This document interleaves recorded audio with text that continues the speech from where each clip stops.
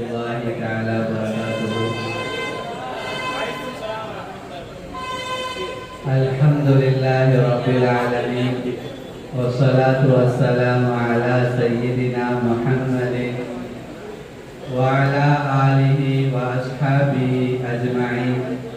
أما بعد، فقد قال الله تعالى في القرآن العظيم وفي الفرقان المجيد بعد أعوذ بالله من الشيطان الرجيم بسم الله الرحمن الرحيم. إن أول بيت وضع للناس للذي ببكة مباركا وهدى للعالمين. قال النبي صلى الله عليه وسلم: أبغض الناس إلى الله تعالى ثلاثة إلى آخر الحديث. صدق الله العظيم. இந்த உலகத்தை படைத்து பரிபாலித்துக் கொண்டிருக்கக்கூடிய ஏக இறைவனாகிய பொறுமைக்கும் பெருமைக்கும் பேர் போன உலகத்தில் அதிக வசதிகளை கொடுத்து நம்மை அனைவரையும் இங்கு வாழ வைக்கிற இறைவனாகிய ஹஜ்ஜுக்கும் உம்ராவுக்கும் அதிகமான பாக்கியங்களை வழங்கக்கூடிய இறைவனாகிய அல்லாஹ்வுக்கு உரித்தாகட்டுமாக. ஆமீன். சலாத் என்ற கருணையும் சலாம் என்ற ஈடேற்றமும் மக்காவின் ராஜா மதீனாவின் ரோஜாவாகிய பொன்மணி தங்கம் முத்து பவளம் வைரம் வைடூரியத்துக்கு பேர் போன முஹம்மது ஸல்லல்லாஹு அலைஹி வஸல்லம் அவர்கள் மீதும் அவர்களுடைய பரிசுத்த குடும்பத்தார்கள் அவர்களை பின்பற்றி வாழ்ந்து வழிநடந்த உத்தம சத்திய சஹாபாக்கள், தாபீன்கள், தபா தாபீன்கள், நாசாக்கள், சுஹதாக்கள், சாலிஹீன்கள் ஆகியோர்களின் மீதும் குறிப்பாக இங்கு அமர்ந்திருக்கக்கூடிய மிஸ்பாஹுல் ஹுதா மாணவ செல்ல குட்டிகள் அனைவருக்கும் உண்டாகட்டுமாக. ஆமீன். நம்முடைய வாழ்க்கையில பல ஆசைகளை கொண்டிருப்போம். அதுல பெரிய ஆசைகளை கொண்டிருப்போம். அந்த பெரிய ஆசைகள் என்னவென்று சொன்னால், புனித மக்கா நகரத்திற்கு செல்வது. உலகமே இந்த இடத்துக்கு போறதுக்கு அதிகமாக ஆசைப்படுவார்கள். இத பத்தி அல்லாஹ் தஆலா திருமறையில சொல்லியிருக்கிறான். இன்ன அவ்வள பைத்தியும் உதிய லின்னாஸ், மக்களுக்கு வணங்குவதற்காக வேண்டியே கட்டப்பட்ட முதல் ஆலயம் என்று சொல்லலாம். பிபக்கத முபாரக்கா, மக்கா வாசிகளுக்கு இது ஒரு பரக்கத் பெற்ற ஒரு நகரமா இருக்குது. அவங்களுக்கு ஒரு பரக்கத் பெற்றதுன்னா நம்மளுக்கு அது பரக்கத்து பெற்றது தான். முதலில் ஆலமீன், உலகத்தார்களுக்கு நேர்வழி காட்டக்கூடியது. ஏன் முதலில் ஆலமீன் சொல்றானா, மனிதர்கள்ல பல பேர் பல பாவங்களை செஞ்சிருப்பாங்க. பாவத்தை செஞ்சுட்டு நேரா ஹஜ்ஜுக்கு அல்லாஹ் தஆலாவுடைய அந்த பெரும் பாக்கியத்தினால ஹஜ்ஜுக்கு போவாங்க. ஹஜ்ஜுக்கு போனா ரசூலுல்லாஹி ஸல்லல்லாஹு அலைஹி வஸல்லம் சொல்லிக்கிறாங்க, ஒருவர் இக்லாஸான முறையில ஹஜ் செஞ்சுட்டு வந்தா அன்று பிறந்த பாலகனை போன்று என்று சொன்னாங்க. இப்ப அவன் போய் ஹஜ் செஞ்சுட்டு வந்தா அன்று பிறந்த பாலகனை போன்று ஆகிவிடுவான். இதனால அவன் திருப்பி பாவம் செய்ய கூடாது என்று நினைப்பான். இதுதான் முதலில் ஆலமீன், மக்களுக்கு ஒரு நேரான பாதையில் செல்ல வைத்திருக்கக்கூடிய ஒரு நகரமாக தோன்றுகிறது.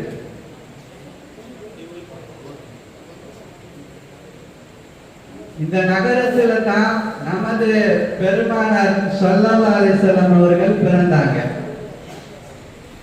அதனால இந்த நகரம் ஒரு பரக்கத் பெற்ற ஒரு நகரமாக இருக்கிறது. இந்த நகரத்துல தான் உலகம் தோன்றி முதலாக கட்டப்பட்ட ஆலயமான காபத்துல்லா இருக்கிறது.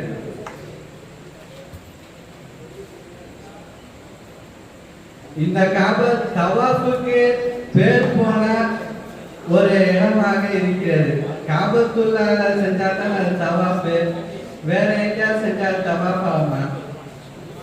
சென்னை ஸ்டேட் பார்க் ஸ்டேடியத்தை சுற்றினா தவாஃப் ஆகுமா? இல்லை மும்பை வான்கேட் ஸ்டேடியத்தை சுற்றினா தவாஃப் ஆகுமா? தவாஃபுக்கு பேர் போன ஒரு இடம்னா அது காபத்துல்லாஹ் தான். அங்கதான் அதிகமான பாவங்கள் எல்லாம் மன்னிக்கப்படுகிறது. அங்க போய் இக்லாசான முறையில நாம சுத்தி இக்லாசான முறையில சுத்தணும் என்று சொன்னால் அல்லாஹ் தஆலா நம்ம அனைவருடைய பாவங்களை எல்லாம் மன்னிச்சிருவான். இன்னொன்னு அல்லாஹ் தஆலா இங்க வேதனைகளுக்கே தடை செஞ்சு வச்சுக்கிறான் இந்த நகரத்துல. இதுல ரெண்டு கூட்டத்தார்களை நாம எடுத்துக்கலாம். ஒன்னு சாலிஹ் அலைஹிஸ்ஸலாம் அவர்களுடைய கூட்டத்தார்களையும் இன்னும் லூத் அலைஹிஸ்ஸலாம் அவர்களுடைய கூட்டத்தார்களையும் நம்ம எடுத்துக்கலாம். சாலிஹ் அலைஹிஸ்ஸலாம் அவருடைய கூட்டத்தார்கள் வந்து அல்லாஹ் தஆலா கொடுத்த அந்த ஒட்டகத்தை அடுத்த குற்றத்துக்காக அல்லாஹ் தஆலா பெரும் இடி முழக்கத்தால் அந்த நகர மக்களை அழித்தான். அதுல ஒருத்தர் மட்டும் காபத்துல்லாஹ்க்கு வந்துட்டாரு. இப்ப என்ன, இங்க வேதனைகளுக்கு தடை. அதனால அல்லாஹ் தஆலா அங்க வேதனையா இப்ப அவரு அந்த காபத்துல்லாஹ் விட்டு வெளியே வந்த உடனே இவர் அந்த பெரும் இடி முழக்கம் பிடிச்சி அவரு மறந்துட்டார். அதே மாதிரி லூத் அலைஹிஸ்ஸலாம் அவர்களுடைய கூட்டத்தார்கள் எடுக்கும்போது ஓரினை சேர்க்கையில ஈடுபட்ட பாவத்தின் குற்றமாக அல்லாஹ் தஆலா கல்மலையை வச்சு பொலிய வச்சு அந்த நகரத்தை அழித்தான். அந்த நகரத்தில் உள்ள எல்லாருமே வெவ்வேறு இடங்களிலும் இருந்தார்கள். அங்கெல்லாம் கற்கள் அவர்களை தாக்கியது. அதுல ஒருத்தர் மட்டும் அதே மாதிரி காபத்துல்லாஹ் பட்டார். 40 நாள் கரெக்டா சரியா இருந்தாரு. அது வரைக்கும் என்ன, கல்லு மேலே தான் இருந்துச்சு. இப்ப இவர் வந்த உடனே அந்த கல் அவர் மேல விழுந்து அவர் அழிஞ்சு போனார். பாருங்க, வேதனைகள் கூட இந்த இடத்துல ஒரு தடை செய்யப்பட்ட ஒரு பகுதியா இருக்குது. அதனாலதான் ஹரம் ஷரீஃப்ல ஏதாவது ஒரு தப்பு பண்ணா கூட அந்த நகரத்தை விட்டு வெளியே வந்ததோட தண்டனை கொடுப்பாங்களே. ஹரம் ஷரீஃப்குள்ள வச்சு தண்டனை கொடுக்க மாட்டாங்க. எங்க பார்த்தாலும் சண்டை சச்சரவு நிகழக்கூடிய இடத்துல எங்க பார்த்தாலும் சண்டை சச்சரவு நிகழும். ஆனா இந்த இடத்துல மட்டும் நிகழாது. அதனால இங்க நாம சேஃபா போய்க்கலாம். இந்த நகரத்துக்கு இப்ராஹிம் அலைஹிஸ்ஸலாம் அவர்கள் அல்லாஹ் தஆலாவிட்ட பிரார்த்தித்த ஒரு துஆ இருக்குது.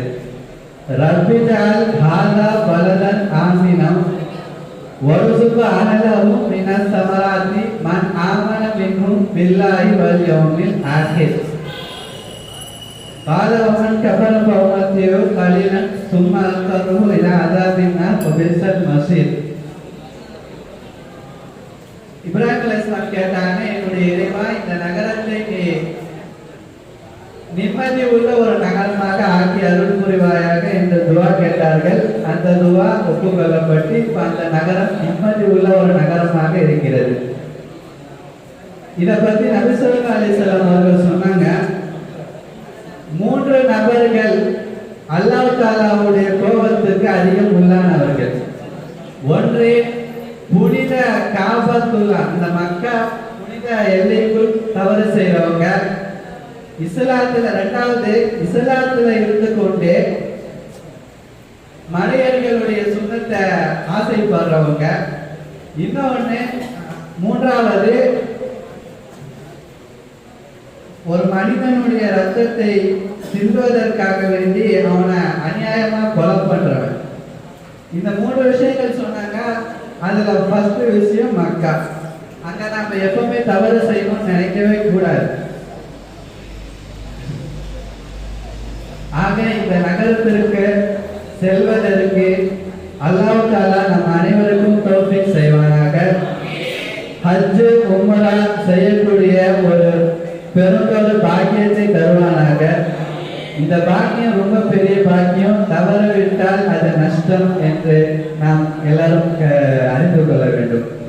அல்லாஹும்ம அர்ஸுக்னா ஹஜ்ஜ பைத்திக்கல் முக்கர்ரம் வ ஜியாரத நபியினா முஹம்மதின் ஸல்லல்லாஹு அலைஹி வஸல்லம் கர்ராத்தின் பாத மர்ராத்தின் மிராரம் தக்கராரா வாக்கில் தாவானா அனில் அல்ஹம்துலில்லாஹி ரப்பில் ஆலமீன்.